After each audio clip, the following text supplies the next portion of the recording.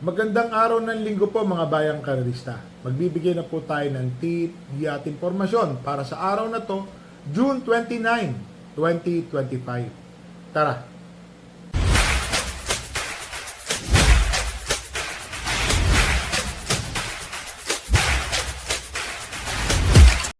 So mga bayang karerista, ngayong araw po ng linggo, pakita ko lang po ang ating kopya. Ang simula po ng karera ay sa ganap na alas 3 ng hapon. Pasensya na ho, na late po tayong magbigay ng tip. Nag-ano po tayo kahapon, naglibang. Isang panalo, isang talo. 2 weeks po yan dito sa BCSA sa Malanday. Hindi po pinalad yung second fight. Sayang. Race number 1, 3-year-old and above maiden race. Placers po ito, mga natitimbang. 1,400 meters, 8 runners. First choice, entry number 8, straight shooter. Ito pong si straight shooter, dalawang sunod na takbo. Nasigundo ang lalakas po ng laban. Pinakahuling talo po niya is kay Gentleman Bell, banderang tapos. Napakaganda ng tinakbo ni Gentleman Bell nung araw na yon. Kung di po ako magkamali, 1.27 medya ang tinapos. Si straight shooter, nakadikit. Parang alam ko po, nasa run siya. Pero ngayon po, maganda po ang numero ni straight shooter, nasa labas. Tingin ko, malaki po ang panalo.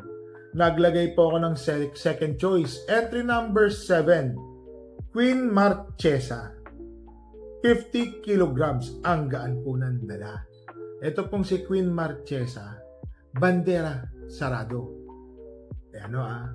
Imported na kabayo, kung di po ako magkakamali.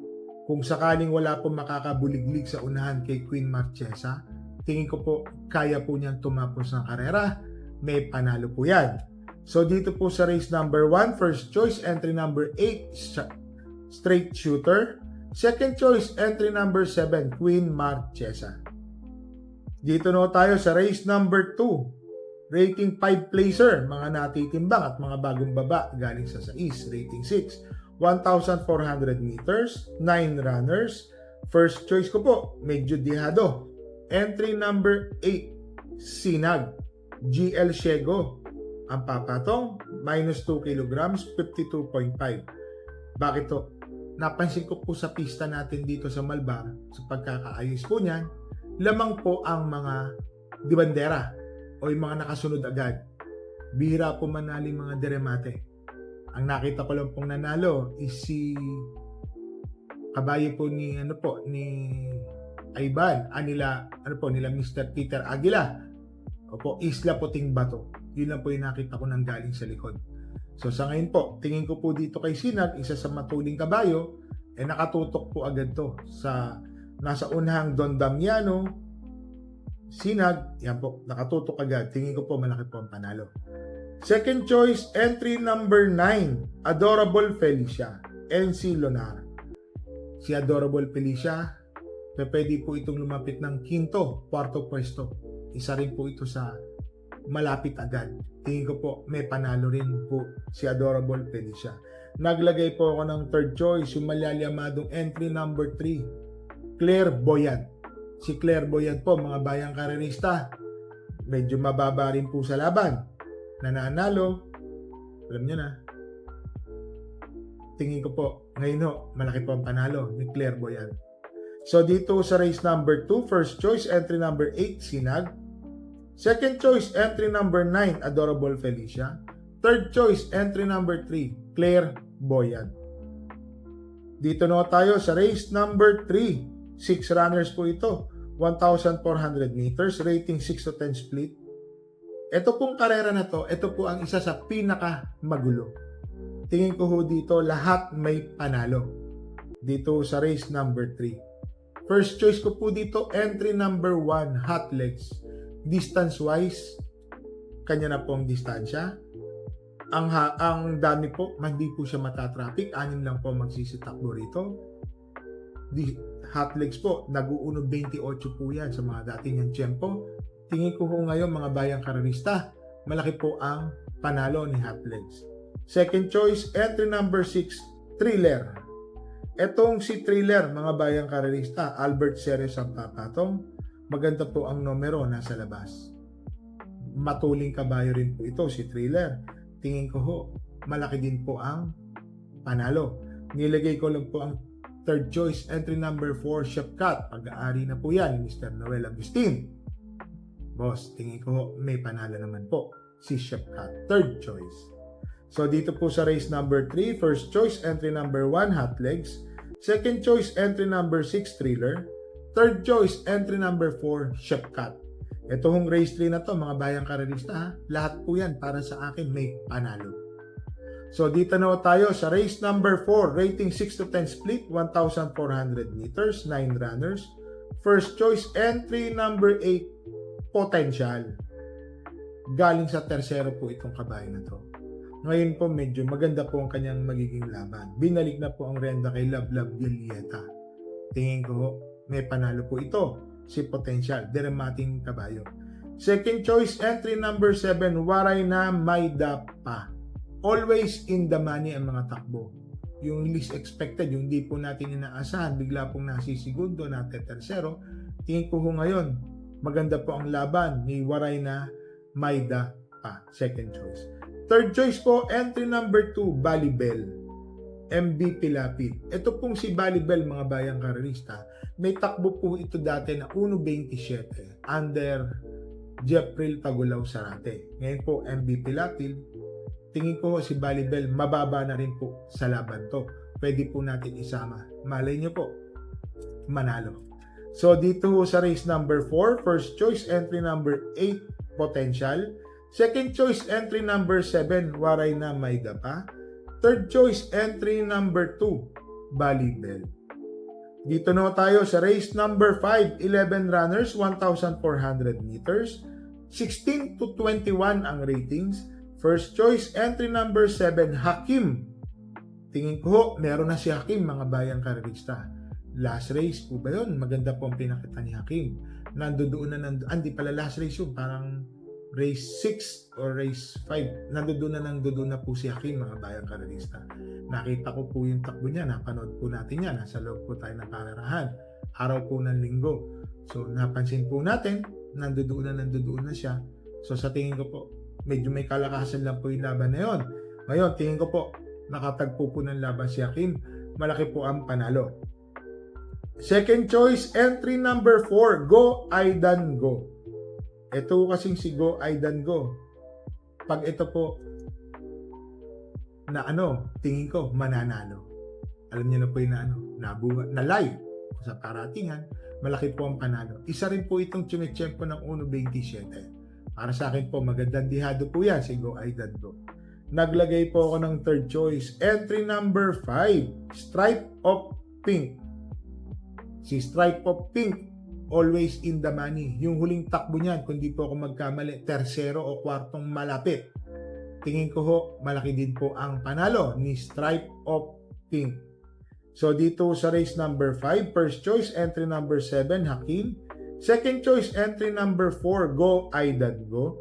Third choice, entry number 5, Stripe of Pink.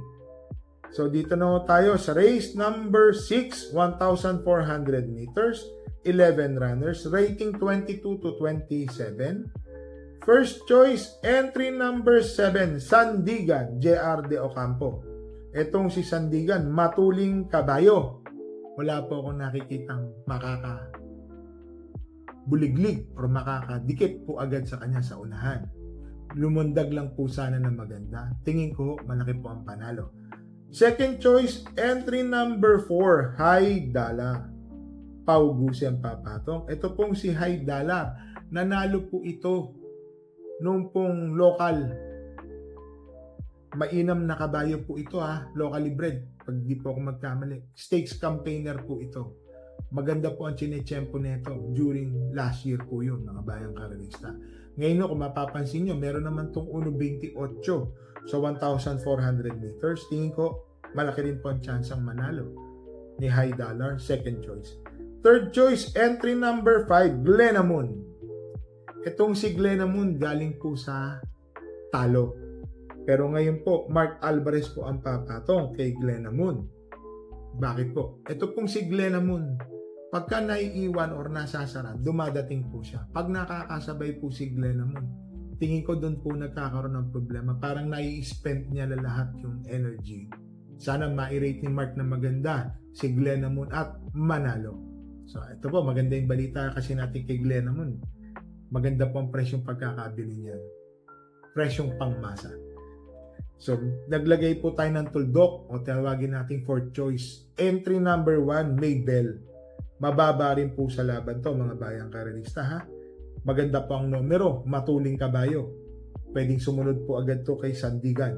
Para sa akin po Maybell, may tsamba po yan. So dito po sa race number 5, first choice entry number 7, Sandigan.